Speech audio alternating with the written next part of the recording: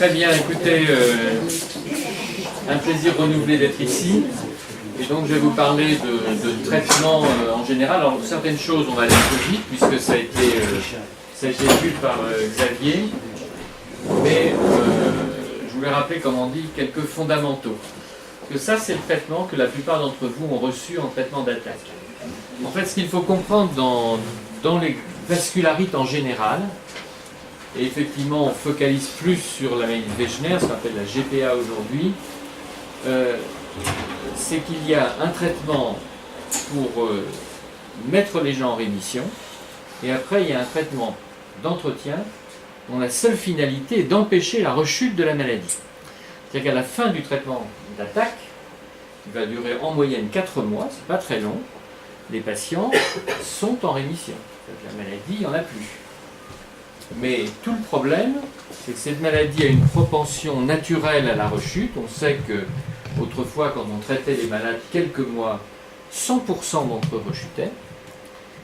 Qu'avec les traitements d'entretien, on a réduit la durée des rechutes jusqu'à 50%, 40%, et puis maintenant, effectivement, on peut espérer faire encore mieux. Puisque tout le problème, c'est qu'on n'est pas malade pour 4 mois, on est malade pour des années, et donc il faut essayer de prendre en charge ces problèmes. En tout cas, le traitement d'attaque, aujourd'hui, on a deux options. Celle-là, qui est l'option, on va dire, la plus classique, avec une variante qui est de donner l'endoxan par la bouche. Et l'endoxan par la bouche, ce n'est pas un mauvais traitement, c'est même un traitement tellement bon, tellement efficace qu'il est très toxique. Et qu'on ne l'utilise presque plus, en tout cas dans nos pays. Moi, je l'utilise encore souvent pour des patients qui viennent hors de France, notamment des pays du tiers-monde, pour une raison simple, c'est que ce traitement endoxan oral, ça coûte 2 € la boîte pour un mois de traitement. Donc avec 6 € ou 10 €, vous avez tout votre traitement, donc pas cher, tout le monde peut s'acheter ça. Et en plus, quand on l'achète à Paris et qu'on l'amène dans son pays, on est sûr que c'est un vrai médicament. Tandis que quand vous avez des perfusions et que vous habitez au fin fond de l'Afrique, vous n'êtes pas absolument certain que ce que l'on vous passe, ça soit le vrai médicament d'une part, et qu'en plus, on ne sait pas combien de virus on vous a passé en même temps que la perfusion. Donc, l'endoxan oral garde des indications. Et aux États-Unis, par exemple, ils utilisent beaucoup d'endoxan encore par la bouche, pour d'autres raisons, c'est que l'hospitalisation est très chère, et qu'aller à l'hôpital pour faire une perfusion, ça coûte beaucoup d'argent. Alors que si vous le prenez par la bouche chez vous, ben, ça ne coûte pas très cher. Voilà, donc c'est des données un peu, on va dire, médico-économiques, mais que l'on peut discuter. En tout cas, la tradition en France, c'est plutôt de donner un traitement avec 6 perfusions qui dure une centaine de jours en tout. Vous ferez les calculs, mais ça fait 104, je peux vous dire, parce que j'ai fait les calculs. Et puis ce traitement a un énorme avantage, c'est qu'il agit très vite. Alors il est toujours combiné avec la corticothérapie, et donc ça agit très vite. Or, dans les maladies comme la vôtre, il y a des formes assez chroniques au départ, notamment celles qui commencent par les signes ORL, les croûtes dans le nez, etc. Ça peut durer des mois et des mois. Mais il y a des formes cataclysmiques. Ça, c'est un patient, et le poumon est blanc. Alors, le poumon blanc, théoriquement, on doit avoir du noir. Hein. Le poumon blanc comme ça, c'est parce qu'il saigne dans les alvéoles pulmonaires et l'hémorragie alvéolaire, qui chez la plupart des gens n'est pas très grave parce que c'est 3-4 crachats sanglants, mais ça peut être là une catastrophe et le patient est asphyxique et peut mourir tout simplement de ça. Donc il faut aller vite quand on traite cette maladie, d'où les perfusions de corticoïdes et d'où l'endoxan qui agit en une dizaine de jours, c'est donc pas mal. Même cas de figure quand vous avez une atteinte rénale. Alors, on ne va pas faire un cours de néphrologie, mais il faut savoir que dans le rein, un pointeur, dans le rein, on a des millions de petits éléments comme ça, qui sont des petites usines de filtration. Là, vous avez les vaisseaux, et là, vous avez l'urine. Et donc, c'est les membranes entre les vaisseaux et les urines. Et ce qui se passe dans une forme rénale de la maladie, c'est que la vascularite se met là, c'est ce qui est en rouge vif, et le vaisseau se brise en fait, et ça va saigner dans la chambre urinaire. Ce sont ces éléments-là. C'est pour ça que le meilleur examen pour détecter l'atteinte rénale de la maladie, c'est de la bandelette dans les urines. Quand vous trouvez du sang dans les urines, ce n'est pas quelque chose de normal, bien au contraire. Eh bien, si vous intervenez à ce moment-là, il y a encore finalement un qui n'est pas si mal, hein, c'est génial. Vous allez guérir l'insuffisance rénale, vous allez éviter l'insuffisance rénale. A l'inverse, si vous attendez, vous détruisez tout et vous avez on appelle des pains cachetés. Alors le pain cacheté, c'est une description anatomopathologique, mais ça veut vraiment dire ce que ça veut dire. Essayez de filtrer quelque chose sur un pain cacheté, vous verrez que ça ne marche pas, avec de la cire. Bon, donc il faut aller vite. Et pour le traitement d'attaque, quand on veut aller vite, encore plus vite que la corticothérapie, encore plus vite que l'endoxan, mais l'un n'empêche pas l'autre, on fait les deux souvent, on peut rajouter des échanges plasmatiques. Alors les échanges plasmatiques, ça fait longtemps qu'on s'y intéresse. Et nous, on a fait un premier essai avec tirage au sort commencé en 1989, donc c'est pas d'aujourd'hui, où on avait comparé dans des formes graves, pas que de GPA, on avait plein de vascularites, de la cortisone, de bolus endoxan, et de l'autre côté, cortisone, bolus endoxan et échanges plasmatiques. Alors les échanges plasmatiques, c'est une machine, ça se trouve dans les... Ici, on a un centre d'échange plasmatique, et il y en a dans tous les hôpitaux, où tout simplement, on sépare les globules rouges du plasma. Le plasma, on le jette et on le remplace par du plasma de donneur, qui, je vous rassure maintenant, est très bien sécurisé, on ne risque pas de vous donner un virus. Et puis, on vous réinjecte vos propres globules rouges. On fait comme ça une 8, 9, 10 séances au tout début de la maladie. Et ça peut permettre d'épurer les fameux anticorps, les ANCA entre autres, mais peut-être d'autres substances toxiques qui aggravent la maladie. Alors malheureusement, quand on fait l'analyse de ce premier protocole, mais vous voyez qu'à 5 ans plus tard, la courbe de survie des patients est exactement la même. Et donc on a conclu que ça ne servait pas à grand-chose. Et je pense que là, on a fait une mauvaise analyse. On a fait une mauvaise analyse parce que comment peut-on imaginer qu'un traitement qu'on va donner pendant 1 ou 2 semaines peut, 5 ans après, avoir un bénéfice aussi important? Et on s'est posé la question en termes de survie, et ce médicament, ce traitement n'est pas fait pour améliorer la survie, en tout cas à long terme. Il peut améliorer la survie immédiate, mais pas à long terme. Et c'est pour ça qu'il y a eu un autre essai qui a ciblé des formes très graves d'atteinte rénale avec plus de 500 micromoles de créatinine. Ce sont des formes qui sont proches de la dialyse ou en dialyse. Et cet essai a montré la même chose que nous, c'est-à-dire qu'en termes de survie, c'est pareil. Vous n'améliorez pas la survie des patients. Mais à l'inverse, et c'est cela qui est très intéressant, c'est que la comparaison, c'était les échanges plasmatiques d'un côté et des perfusions de solumédrol de l'autre. Et on voit qu'il y a une différence très importante d'environ 20% sur la récupération rénale. C'est-à-dire que le traitement permet de sortir des malades de dialyse ou de leur éviter d'aller en dialyse. Donc ça, c'est un apport majeur. Ça n'a d'intérêt qu'au tout début de la maladie, dans les formes les plus graves. Et aujourd'hui, il y a un autre essai mondial qui est terminé. Il y a eu 700 malades d'inclus. 704, donc on chiffre précisément. Et donc cet essai est en train d'être analysé pour voir si sur une très large série, on confirme l'intérêt des échanges plasmatiques. Il y avait dans cet essai une autre question sur les corticoïdes. Alors en fait, il y a le changement majeur, ça vous le connaissez, c'est un changement vers les biothérapies. Alors, les biothérapies, elles n'ont pas été conçues pour la maladie de Wegener, ni pour le Churg-Strauss, pour aucune. Elles ont été conçues pour des maladies du sang et des polyarthrites.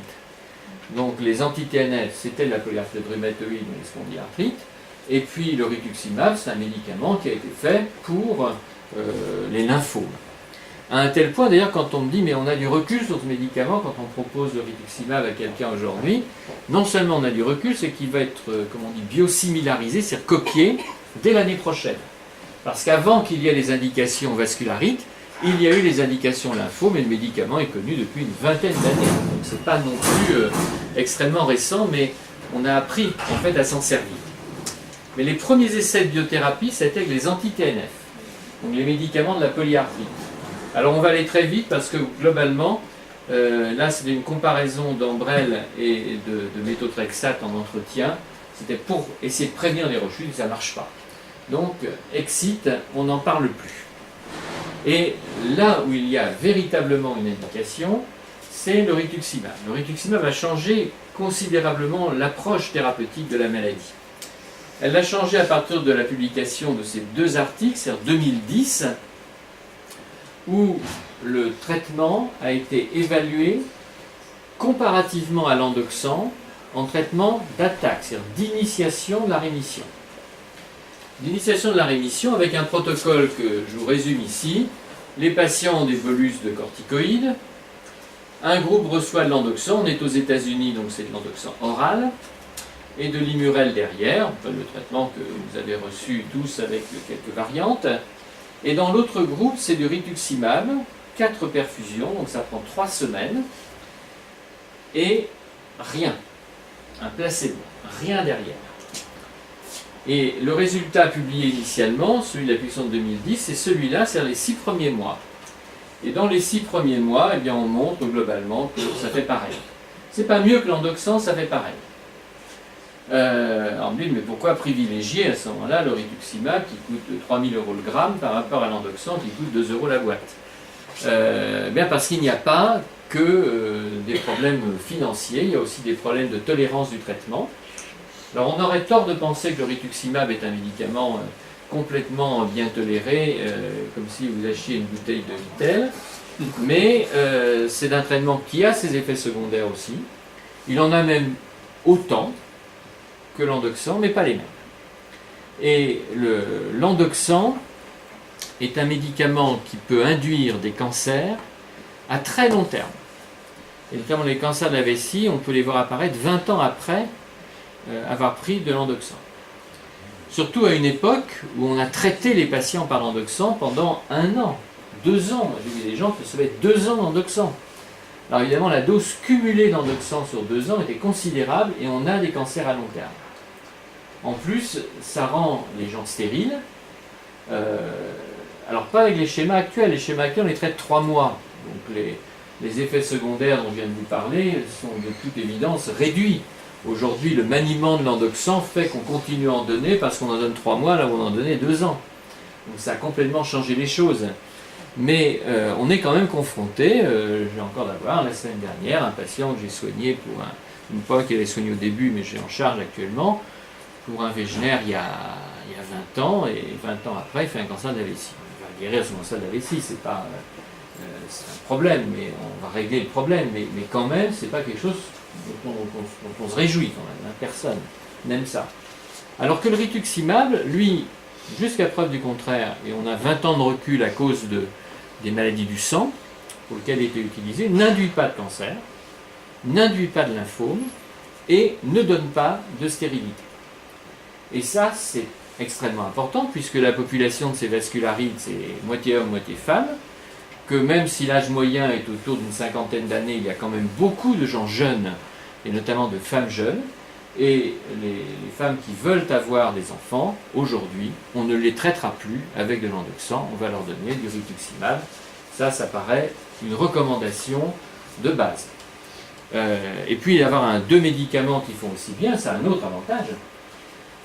L'avantage que l'on y voit, c'est qu'en avoir 2, c'est mieux qu'un, parce que quand on ne répond pas à l'un, c'est pas 100% de réponse.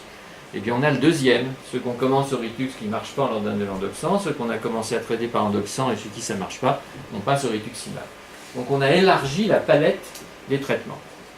Et puis un point très important de la même étude, c'est que vous avez des vascularites dont un certain nombre sont associés aux ANCA, et les ANCA, il y en a 2 catégories, les antiprotéinase 3, qui est présente dans 80% des Wegener, et les antimyéloperoxydases qui sont présents dans 80% des polyangines microscopiques et dans 20% seulement des Wegener. Eh bien vous voyez que quand vous avez des antimyéloperoxydases, vous rechutez moins que quand vous avez des antiprotéinase 3. Ça c'est une donnée qui est tout à fait nouvelle. Alors pour l'instant on n'en a pas tiré toutes les conclusions. Parce que la conclusion possible, c'est qu'il est peut-être inutile de faire de longs traitements d'entretien quand on a un anti-myéloperoxydase, et qu'à l'inverse, il faut peut-être traiter plus longtemps les anti-PR3 pour qu'ils ne rechutent pas. Donc ça, ce sont les protocoles que nous faisons avant tout ça. En fait, du traitement sur mesure. On fait le même traitement d'attaque, et en fonction de l'anticorps et de la persistance de l'anticorps, on essaie de voir quel traitement on peut donner. Ça n'est pas fait aujourd'hui, mais c'est fait dans le cadre des protocoles, et les protocoles Menrit-100 dont je vais vous parler vont répondre, je pense, à cette question. En fait, tout le problème, et vous l'avez bien compris, ça n'est plus aujourd'hui d'obtenir une rémission, puisque les traitements marchent tellement bien qu'on met quasiment tout le monde en rémission. 95% des malades sont mis en rémission. A l'inverse, c'est de maintenir le résultat et d'éviter qu'il y ait des rechutes. Alors, le résultat de l'essai américain que vous voyez ici, c'est quand même pas génial, parce que Xavier vous en a parlé sur l'Immurel ou pas en entretien. Moi, je retiens quelque chose, c'est que là, nous sommes à 400 jours, ce qui fait donc 1 an et demi. Et à 1 an et demi, il y a déjà 40% des patients qui ont rechuté. Ce qui veut dire qu'à 5 ans, on va se trouver à 60% de rechute ou 70% de rechute. Et donc, c'est inacceptable. Donc, la conclusion de cet essai qui dit on donne 4 perfusions de rituximab et rien derrière, c'est pareil que de donner 18 mois d'Immurel, c'est vrai, mais c'est pas bien. C'est pas suffisant. C'est pas l'objectif. L'objectif, c'est pas de rechute. Alors, pour faire pas de rechute, on a déjà le choix de l'anticorps qui peut aider, et puis il y a le traitement d'entretien. Nous, on a considéré qu'il fallait donner un traitement d'entretien. Alors, on ne fait plus d'endoxan en traitement d'entretien, c'est les fameux 2 ans dont je vous ai parlé tout à l'heure. Je ne vais pas y revenir, on va passer assez vite là-dessus. Puis en plus, ça ne fait pas mieux que l'Immurel, oui, c'est pareil. On donne aussi du méthotrexate. Ça, c'est un essai qu'on avait publié avec Christian Pagnoux. On avait traité les malades en bolus, puis après on avait tiré au sort Immurel versus méthotrexate pendant 1 an. Et on avait en fait le même nombre de rechutes, et quand même beaucoup de rechutes. Puisque là, on est à 3 ans, 36 mois, et vous voyez qu'il y a la moitié des malades qui ont rechuté, quel que soit le traitement d'entretien. Donc c'est pas le traitement d'entretien Immurel ou métho, on va dire que c'est pas très toxique, mais c'est moyennement efficace. Et puis quand on arrête, eh bien, beaucoup de patients ont rechute dans les 6 mois après l'arrêt du traitement. Ce qui fait que les malades ne veulent pas arrêter. Mais on rechute aussi malheureusement quand on continue. Mais il y a quand même, alors, je vais inverser la proposition, il y a quand même la moitié des gens qui ne rechutent jamais. Donc quand on me dit, quand on me pose la question, est-ce qu'il y a une guérison? Je ne peux pas vous affirmer une guérison, je préfère dire rémission. Mais il est hautement probable qu'il y a des gens qui guérissent, qu'il y a des gens qui ne rechutent jamais. Et la moitié des malades ne rechutent jamais. Jamais. Alors pourquoi il y en a qui rechutent et pourquoi il y en a qui ne rechutent pas? Eh bien, nous ne savons pas. On a quelques éléments, et je vais vous les donner tout à l'heure, qui pourraient prédire la survenue des rechutes, mais c'est encore assez parcellaire. Alors le grand avantage, le grand essai thérapeutique sur le traitement d'entretien, c'est Menrid Sang, vous connaissez, qui a donné lieu en 2014, c'est donc tout neuf, donc à une publication dans le journal, dans le New England. Et cet essai thérapeutique conduit aujourd'hui le laboratoire Roche à racheter les données à l'assistance publique, puisque notre promoteur c'est l'assistance publique, donc ils viennent de signer le contrat, ou ils vont signer dans les jours qui viennent, et le traitement va être soumis à la FDA aux États-Unis, à l'agence européenne, pour qu'il soit remboursé par la sécurité sociale de tous les pays du monde dans l'année qui vient, je pense. Ça prend à peu près 1 an, mais ils sont dessus.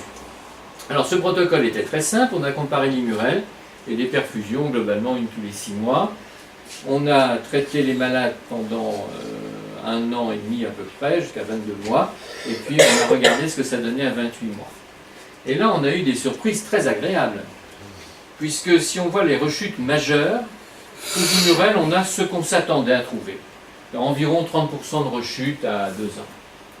Et dans le groupe rituximab, c'est 5% de rechute à 2 ans. Donc c'est un résultat très important. Très important puisque ça se traduit par une très jolie courbe que je vais vous montrer.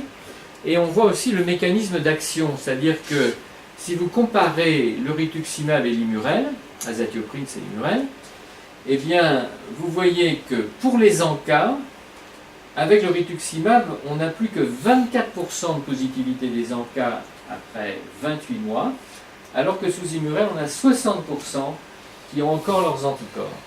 Et on sait qu'aujourd'hui, la persistance de l'anticorps est un des critères qui annonce la rechute. Pas le seul, mais c'en est un. Et en plus, c'est un médicament assez sûr, puisqu'on n'a aucun mort dans l'essai. Et il y a eu deux morts dans le bras Immurel, Et dans le bras Murel, il y a une septicémie, ça c'est vraiment dû au traitement, et l'autre c'est un monsieur qui avait un cancer du pancréas. Ça n'a rien à voir avec le traitement. Et vous voyez, la différence, elle est quand même extrêmement intéressante. Hein. Voilà le rituximab, voilà l'Imural. Le problème, c'est qu'on est à peu près à 28 mois. Alors, on s'est posé la question suivante, et on a fait un deuxième protocole. Puisqu'on a quand même perçu qu'il y avait un intérêt à utiliser les anticorps comme peut-être marqueur, on a fait un protocole où on a comparé le protocole Menrid 101, c'est le bolus tous les 6 mois, quoi qu'il advienne, à un protocole à la demande, c'est-à-dire qu'on voit les malades tous les 3 mois. Tous les 3 mois, on regarde s'ils ont des anticorps, on regarde aussi un paramètre d'imprégnation par rituximab, et on va essayer de calculer, de voir ce qui se passe. Alors je n'ai pas les résultats de cette étude, mais l'étude est complétée, elle est finie, hein, elle a 162 malades, 80 dans chaque groupe. Et ce qu'on peut dire, c'est qu'il y a à peu près autant de rechutes dans les deux groupes, pas beaucoup, non? Et que les gens qui l'ont à la demande, ils ont reçu quand même en moyenne 3 bolus sur 2 ans, alors que les autres en ont reçu 5. Donc ça fait une différence quand même. Donc on voit qu'on se dirige vers des traitements peut-être plus prolongés, mais avec moins d'injections. Et d'ailleurs, on a proposé un troisième protocole où on compare 2 ans de traitement à 4 ans de traitement, mais ça, j'ai aucun résultat, c'est trop tôt. Mais je vois très bien comment ça se passe avec les patients. Je suis absolument convaincu que les répondeurs au rituximab, dans les années qui viennent, on leur fera peut-être après une perfusion de rituximab tous les ans, si les encas bougent, s'il y a les CD19, et puis pas grand-chose de plus, et puis on va tenir la situation comme ça des années et des années. Donc c'est un petit peu ça la perspective, c'est de donner moins de médicaments et d'avoir plus d'efficacité. Alors je vais vous donner maintenant les résultats à 5 ans du protocole Menrid 101 que je vous ai montré tout à l'heure. Donc vous voyez les courbes de Seury que vous connaissez. Si on regarde le suivi de l'étude, c'est ça. Ça c'est le résultat définitif à 60 mois. Alors vous constatez quand même que sous rituximab, il y a des rechutes. Là, ils ont été traités 18 mois. Et là, on est à 5 ans. Donc ces malades ont tous 3 ans et demi sans aucun traitement. Donc plus rien. Donc ils rechutent. À 5 ans, il y a quand même encore pas mal de rechutes. Mais par rapport à l'Imurel, pas photo. L'Imurel, ça rechute quand même beaucoup. 60% de rechute. Donc, on va dire que l'Imurel est en train de vivre ses dernières heures comme traitement d'entretien de la maladie. Et que le rituximab va probablement se substituer à l'Imurel. Et de fait au méthotrexate, au Celcept, à tous les autres, parce qu'ils sont tous à peu près pareils en termes d'efficacité et de qualité. Autrement, quand on regarde dans ces études à long terme, les infections, c'est pareil dans les deux groupes, tout ce qui est grave, c'est pareil dans les deux groupes, les événements indésirables, donc tout ça, c'est la même tolérance, il n'y a pas de différence. Donc, on a fait des recommandations, celles-ci sont déjà un peu anciennes, 2013. Je ne vous cache pas que nous allons sortir de nouvelles recommandations, on va commencer à les faire en fin 2017 pour publier en 2018, 5 ans plus tard. Non pas parce qu'on voulait une période de 5 ans, mais pour faire de nouvelles recommandations, il faut avoir du biscuit, il faut avoir des résultats. Et que comme nous sommes en train d'analyser les 2 protocoles Menrid 100, on va attendre d'avoir ça pour faire des recommandations qui ne soient pas uniquement au doigt mouillé parce qu'il y a 10 personnes qui sont réunies dans une salle. On va essayer de les étayer par des preuves. Et en tout cas, ces recommandations existent déjà. Et dans les recommandations fortes, le rituximab aujourd'hui, d'abord, il y a une place pour l'endoxan. Parce que dans les formes les plus graves de la maladie, les gens en réanimation avec un syndrome pneumorénal, peut-être que l'action la plus rapide, c'est quand même l'endoxan. Le rituximab, ça met un petit peu de temps à agir. Donc c'est peut-être dans ces formes graves encore une indication de l'endoxan. Mais pour le traitement d'entretien, il n'y a pas photo. Le rituximab va se substituer à tous les autres médicaments. Et puis, en traitement d'attaque, les femmes souhaitant avoir des enfants, les hommes aussi, mais les hommes On peut toujours faire de la conservation de sperme, donc ce n'est pas un vrai souci. Il n'y a jamais eu de problème de fertilité chez les hommes parce que ça, il y a d'autres techniques. Mais pour les femmes, c'est un problème majeur. Tous les gens qui ont reçu déjà beaucoup d'endoxans, qui font leur rechute 5 ans plus tard, alors on les traite maintenant rituximab, c'est évident, on ne les retraite plus par l'endoxan. Puis tous ceux qui n'ont pas répondu à l'endoxan, ou tous ceux qui ont eu des doses totales d'endoxan, la toxicité de l'endoxan, c'est en fonction de la dose. Alors il n'y a pas de barre, en dessous j'ai pas d'effet secondaire, au-dessus j'en ai. C'est progressif, mais quand même, on sait que quelqu'un qui a déjà eu plus de 10 grammes d'endoxan, ça commence à, comme on dit, à compter, et le risque de cancer n'est pas nul, hein, donc on préfère en donner moins. Alors est-ce qu'il y a d'autres médicaments? Alors il y a encore des choses qui sortent. Hein. Alors je ne vous ai pas montré ça aujourd'hui parce que c'est un peu trop tôt pour parler de ça, mais il y a un autre médicament qui est dans les polyarthrite rhumatoïdes, qu'on utilise également aujourd'hui, qui est la bêta-7. Alors il y a un essai américain, et on fait quelques cas, et moi je l'indique pour des patients qui ont échappé à l'endoxan et échappé au rituximab. Il y en a quelques-uns, bon, on passe à ce produit-là. Puis il y a encore quelques molécules nouvelles.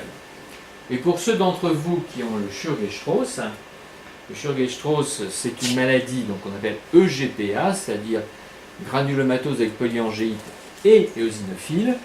Pour ces malades-là, c'est le même traitement, sauf que le rituximab, il n'y a qu'un tiers des malades qui ont des encas, donc on ne sait pas si ça marche aussi bien que dans les autres vascularites. Donc il y a 2 essais thérapeutiques qui sont d'ailleurs pilotés ici, l'un que gère Benjamin Terrier et l'autre que gère Xavier Pléchal, un pour le traitement d'attaque, l'autre pour le traitement d'entretien, donc ça c'est en route. Et puis il y a d'autres molécules, parce que l'éosinophile c'est une cellule très complexe. Si je vous montre une photo d'un éosinophile avec tous ses récepteurs, il y en a des centaines, on n'y comprend rien, et on voit qu'il y a des cibles d'action, puisque les biothérapies c'est ça, on cible des récepteurs sur les cellules. Eh bien, ces cibles sont tellement multiples qu'on a du mal à trouver la bonne. Mais il y a quand même 2 molécules, l'une qui est pour les asthmes allergiques avec les IgE, qui s'appelle le Xolair, qui est commercialisé, qu'on utilise un peu dans le Schurg, et puis il y a le nouveau qui est le Mepolizumab, qui s'appellera Nucala, qui est en discussion de prix aujourd'hui, et le Nucala pourrait être, il y a eu un essai thérapeutique sur la prévention des rechutes, et qui est un essai positif. Donc ils vont demander un enregistrement, mais spécifiquement pour une population de Sjögren-Strauss, avec des éosinophiles, qui n'a pas les IgE, donc c'est une population très limitée, mais c'est un petit groupe de patients qui pourraient bénéficier de ce traitement. Donc comme vous le voyez, la recherche ne s'arrête jamais. Et nous sommes bien sûr à l'affût de toutes les molécules qui passent, puisque ces molécules au départ elles n'ont pas été faites pour vous ni pour nous, parce que vous n'êtes pas assez nombreux et nous non plus. Donc elles ont été faites pour d'autres maladies. Pour le Sjögren-Strauss, c'est pour traiter des asthmatiques tout simplement. Mais nous on les regarde et on voit le profit qu'on peut en tirer et on détourne dans le bon sens du terme les molécules de leur indication initiale pour trouver une nouvelle indication dans les vascularites. Donc ce qui fait que l'histoire n'est pas finie. Et on va encore, je crois, faire de très gros progrès avec l'objectif guérison pour tout le monde, bien entendu. Voilà, merci.